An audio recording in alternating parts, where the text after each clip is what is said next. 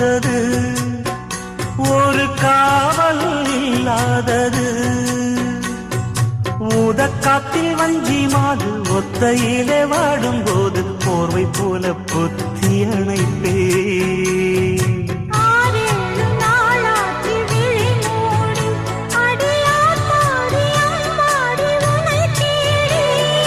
நீதானே மானே என் இளஞ்சோடி, உனை நீங்காது என்றும் என் உயிர் நாடி.